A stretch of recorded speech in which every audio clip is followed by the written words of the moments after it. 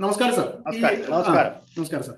Sir, ഈ supreme കോടതിയെ വീണ്ടും വിമർശിച്ചുകൊണ്ട് ഉപരാഷ്ട്രപതി ജഗദീപ് ധൻകർ വീണ്ടും സുപ്രീം കോടതിയെ വിമർശിച്ചിരിക്കുന്നു. അദ്ദേഹം പറയുന്നത് ജുഡീഷ്യറി സൂപ്പർ പാർലമെന്റ് ചമയരുത് എന്നാണ്.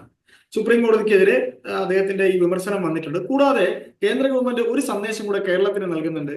തമിഴ്നാട് ഗവർണർ കേസിൽ വന്നിട്ടുള്ള ഇപ്പോഴത്തെ ആ വിധി കേരളത്തിന് ബാധകമല്ല എന്നുകൂടെ കേന്ദ്രം കേരളത്തെ ഓർമ്മിപ്പിച്ചിരിക്കുന്നു. സർ, ഇത് രണ്ടും കൂടെ, ആദ്യം സുപ്രീം കോടതിയെ വിമർശിച്ച ഉപരാഷ്ട്രപതിയുടെ സ്റ്റേറ്റ്മെന്റും കേന്ദ്രം കേരളത്തോട് പറഞ്ഞിരിക്കുന്ന ഈ സ്റ്റേറ്റ്മെന്റും, ഇത് രണ്ടും കൂടെ ഒന്ന് ക്ലബ് ചെയ്തുകൊണ്ട് ഒന്ന് ചുരുക്കി പറയാമോ? ഒന്ന് പറയാം. അതെ, ഉപരാഷ്ട്രപതി ജഗദീപ് ധൻകർ പറഞ്ഞതില് യാതൊരു ഏറ്റുമുട്ടലിന്റെ സ്വഭാവവും ഇല്ല. നമ്മുടെ ഇന്ത്യൻ ഭരണഘടന പറഞ്ഞിട്ടുള്ളൊരു കാര്യം ആവർത്തിക്കുക മാത്രമാണ് അദ്ദേഹം ചെയ്യുന്നത്. ഭരണഘടനയുടെ പ്രീ ആമ്പിൾ തുടങ്ങുന്നത് തന്നെ we the people of India having decided എന്നാണ് പറയുന്നത്. വി ദ പീപ്പിൾ എന്ന് പറയുന്നത് അവിടെ സുപ്രീമാണ്. ഈ ഭരണഘടന എന്ന് പറയുന്നത് ജനങ്ങളുടെ രേഖയാണ്, ജനങ്ങളുടെ ഒരു രേഖയാണ്, ജനങ്ങൾ സ്വീകരിച്ച, ജനങ്ങൾ എഴുതി തയ്യാറാക്കിയ ഒരു രേഖയാണ്. അതാണ് സുപ്രീം. ആ സുപ്രീം ആയിട്ടുള്ള ജനങ്ങൾക്ക് വേണ്ടിയുള്ള സംവിധാനങ്ങളാണ് ബാക്കിയെല്ലാം. സുപ്രീം കോടതി ആയാലും പിന്നെ പാർലമെന്റ് ആയാലും ജുഡീഷ്യറി ആയാലും എക്സിക്യൂട്ടീവ് ആയാലും എല്ലാം തന്നെ അതിന് താഴെ വരുന്നുള്ളൂ, ജനങ്ങൾക്ക് താഴെ വരുന്നുള്ളൂ. അപ്പൊ ഈ ജനങ്ങൾ എന്ന് പറയുന്നത് അന്നത്തെ കാലത്ത് 30 കോടിയായിരുന്നു, ഇന്നത്തെ കാലത്ത് അത് 140 കോടിയാണ്. ഈ 140 കോടികൾ ജനങ്ങൾക്കും കൂടി ഒരുമിച്ചിരിക്കാൻ ഒരു സൗകര്യം പോലും നമുക്കുണ്ടാവില്ല. അവർക്ക് എല്ലാവരും കൂടി അഭിപ്രായം പറഞ്ഞു കഴിഞ്ഞാൽ അത് നീണ്ടു പോകും. നമുക്കറിയാം പാർലമെന്റിലെ ചർച്ചകൾ തന്നെ എത്ര നീണ്ടുപോകുന്നു, പ്രതിനിധികൾ മാത്രമേ ഉണ്ടായിട്ടും. അപ്പൊ അതിനു വേണ്ടിയിട്ടുള്ള ഒരു ചോറ് വെന്തോ എന്നറിയാൻ വേണ്ടി നമ്മൾ ഒരൊറ്റ ചോറ് മാത്രം എടുത്ത് നോക്കുന്നത് പോലെ ഒരു സാമ്പിളാണ് പാർലമെന്റ് എന്ന് പറയുന്നത്. അതായത് ജനങ്ങളുടെ അഭിപ്രായങ്ങൾ പ്രതിഫലിപ്പിക്കുന്ന ഒരു വേദിയാണ് പാർലമെന്റ്. അപ്പൊ അത് തന്നെയാണ് സുപ്രീം. പറഞ്ഞതിൽ ഒരു തെറ്റുമില്ല. അദ്ദേഹം കുട്ടികളോട് ക്ലാസ് എടുക്കുന്നത് പോലെ പറഞ്ഞു എന്നേ ഉള്ളൂ. ഒരു ഏറ്റുമുട്ടലും ഇല്ല അവിടെ. സുപ്രീം കോടതിക്കോ എക്സിക്യൂട്ടീവിനോ പ്രതിപക്ഷത്തിനോ ഒന്നും തന്നെ അതിനോട് വിയോജിക്കാൻ കഴിയില്ല. ഭരണഘടന പറഞ്ഞിരിക്കുന്ന കാര്യങ്ങൾ എടുത്തു പറയുക മാത്രമാണ് അദ്ദേഹം ചെയ്തത്. അവർ ഏറ്റുമുട്ടലും ഇല്ല. അങ്ങനെ അങ്ങ് പോയി കഴിഞ്ഞാൽ ഒരു പ്രശ്നവും ഉണ്ടാവില്ല.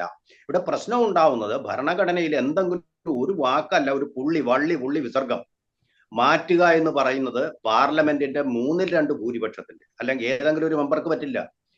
വമ്പിച്ച ഭൂരിപക്ഷത്തോടു കൂടി 2/3 ഭൂരിപക്ഷത്തോടു കൂടി പാസ്സാക്കണ ഒരു പുള്ളിയെങ്കിലും മാറ്റണമെങ്കിൽ, അല്ലാതെ ഇപ്പൊ അയ്യപ്പദാസനോ എനിക്കോ അത് മാറ്റാൻ കഴിയില്ല എന്ന് പറയുന്നത് പോലെ സുപ്രീം കോടതിയിലെ ഒരു ജഡ്ജിക്കോ അത് മാറ്റാൻ കഴിയുമെന്ന് ഭരണഘടനയിൽ പറഞ്ഞിട്ടില്ല. ഭരണഘടനയെ വ്യാഖ്യാനിക്കുന്നത് തീർച്ചയായിട്ടും സുപ്രീം കോടതിയാണ്. ആ സുപ്രീം കോടതി തന്നെ അറിയേണ്ട ഒരു കാര്യവുമാണ്. പക്ഷെ എന്നിരിക്കെ കഴിഞ്ഞ തവണ ഒരു വിധിയിൽ വന്നിരിക്കുന്നത് തമിഴ്നാട് ഗവൺമെന്റിന് രാഷ്ട്രപതിയുടെയും ഗവർണറുടെയും അനുമതിയില്ലാതെ തന്നെ ഇത് പാസ്സാക്കാവുന്നതാണ്.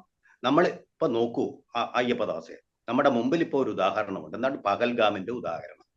ആ ഭീകരവാദം അങ്ങോട്ട് മൂർച്ഛിച്ചിട്ട് ഭീകരവാദികൾ പ്രഷർ ചെയ്തിട്ട് പിന്നെ കാശ്മീർ മുഖ്യമന്ത്രിയായിട്ടുള്ള ഒമർ അബ്ദുള്ളയുടെ പിന്നിൽ തോക്കും പിടിച്ചുകൊണ്ട് ഈ ഒരു ബില്ല് പാസ്സാക്കട എന്ന് പറഞ്ഞൊരു ബില്ല് അങ്ങോട്ട് കൊടുക്കുക. വായിക്കുക, കാശ്മീർ ഇനി മുതൽ പാകിസ്ഥാനിൽ ചേരാൻ തീരുമാനിച്ചിരിക്കുന്നു ബില്ല്. അപ്പൊ ഒമർ അബ്ദുള്ള ഇത് തീർച്ചയായിട്ടും ഗവർണർക്ക് കൊടുക്കും. സംസ്ഥാനമാകുമ്പോഴാണെന്ന് വിചാരിച്ചു, അല്ലെങ്കിൽ തന്നെയാണെന്ന് വിചാരിച്ചു. അവിടെ പാർലമെന്റ് അവിടുത്തെ സംസ്ഥാനമായി എന്ന് വിചാരിച്ചിട്ട് ഇപ്പൊ ജനാധിപത്യ തെരഞ്ഞെടുപ്പ് നടന്നല്ലോ. ഇനി സംസ്ഥാനമായി കഴിയുമ്പോൾ സപ്പോസ് നേരെ ഗവർണർക്ക് കൊടുത്തു കഴിഞ്ഞാൽ ഗവർണർ അനുമതി കൊടുക്കുന്നില്ല, ഗവർണർ തിരിച്ചയക്കുമ്പോൾ ഒമർ അബ്ദുള്ള വീണ്ടും തിരിച്ചയച്ചു കഴിഞ്ഞാൽ അത് 3 മാസത്തിനകം ആക്ട് ആവും, നടപ്പാവും, കാശ്മീർ പാകിസ്ഥാനോട് ചേരും. സാങ്കല്പികമായ സിറ്റുവേഷൻ ആണ്. അപ്പൊ ഇത് തന്നെയാണ് നമ്മുടെ ഭരണഘടനാ ശില്പികൾ as far as possible, as early as possible എന്ന് പറഞ്ഞിരിക്കുന്നത്. ആ പോസിബിൾ എന്നുള്ള വാക്കിനാണ് അവിടെ ഊന്നലെന്ന് തന്നെ എനിക്ക് തോന്നുന്നു. എന്റെ ഒരു കോമൺ സെൻസ് പറയുന്നത്. കാരണം പോസിബിൾ ആണെങ്കിൽ മാത്രം ഇവിടെ കാശ്മീർ എന്ന സംസ്ഥാനം പാകിസ്ഥാനോട് ചേരുക എന്ന് പറയുന്നത് ഇറ്റ് ഈസ് ഇമ്പോസിബിൾ.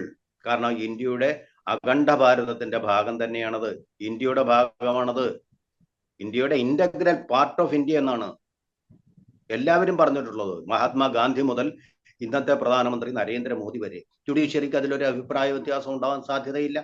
അപ്പൊ അതുകൊണ്ട് അങ്ങനെ ഒരു സിറ്റുവേഷൻ വരുമ്പോൾ ഇമ്പോസിബിൾ ആയിട്ടുള്ള കാര്യങ്ങൾക്ക് ആസ് ഏർലി എന്നുള്ളത് ബാധകമാകുന്നില്ല.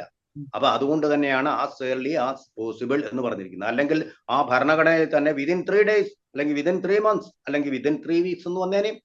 അങ്ങനൊന്നും വരാത്ത ഒന്ന് നമ്മൾ എഴുതി പിടിപ്പിക്കുക എന്ന് പറയുന്നത് ഇനി വരുന്ന ഭാരതത്തിലെ തലമുറകളോട് ചെയ്യുന്ന വലിയൊരു ദ്രോഹമായിരിക്കും എന്നുള്ളത് തന്നെയാണ്. ഇത് തന്നെയല്ല, 2 അംഗ ജഡ്ജിമാരാണ് ഇത് തീരുമാനിച്ചിരിക്കുന്നത്. മഹാഭൂരിപക്ഷത്തോടു കൂടിയെങ്കിലും സുപ്രീം കോടതി സ്വീകരിക്കേണ്ട ഒരു തീരുമാനമാണിത്, അല്ലെങ്കിൽ അതിന്റെ ഭരണഘടനാ ബെഞ്ച് സ്വീകരിക്കേണ്ട ഒരു തീരുമാനമാണിത്.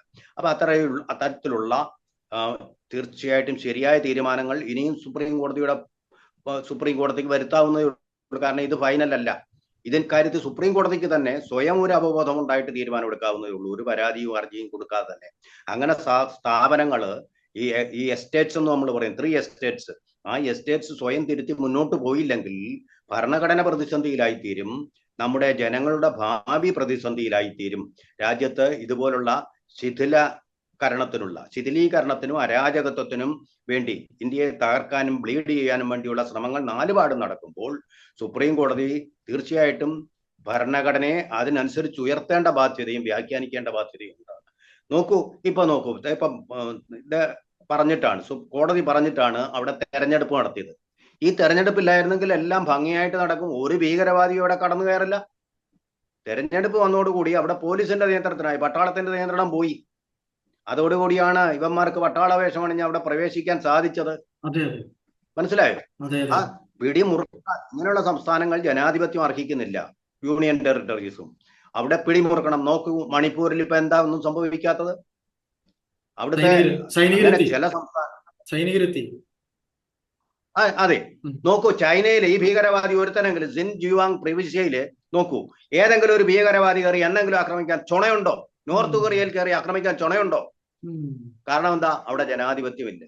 ഈ ഭീകരവാദികൾ എന്ന് പറയുന്ന ജനാധിപത്യത്തിന്റെ ശത്രുക്കളാണ്. ലോകത്തിലെ ഏറ്റവും ശക്തമായ രാജ്യം അവിടെ കയറി ആക്രമിച്ചു. കാരണം എന്താ? ജനാധിപത്യം ഉണ്ട് അവിടെ. മറ്റേടത്ത് ഇവൻ ചെന്ന അപ്പൊ തന്നെ വെടിവെക്കും. ഒരു കോടതിയോട് അവർക്ക് ചോദിക്കേണ്ട കാര്യമില്ല. മനസ്സിലായോ? ഒരു കോടതിയുടെ അനുവാദം വേണ്ട. ഒരു കപിൽ സിബലും അവിടെ കാണില്ല, ഒരു പ്രശാന്ത് ഭൂഷണും അവിടെ കാണില്ല.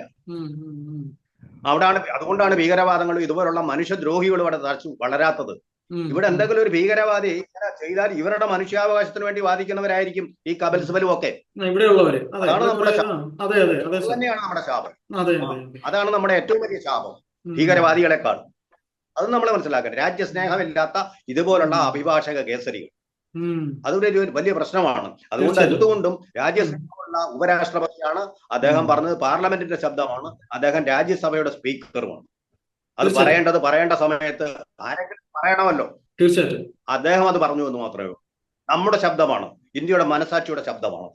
എതിർത്തിട്ട് കാര്യമില്ല. ഉപരാഷ്ട്രപതിയുടെ ശബ്ദം ഇന്ത്യയുടെ മനസാക്ഷിയുടെ ശബ്ദമാണ്, അല്ല സാർ? അത് തന്നെയാണ് തീർച്ചയായിട്ടും 100%. Thank you sir, thank you.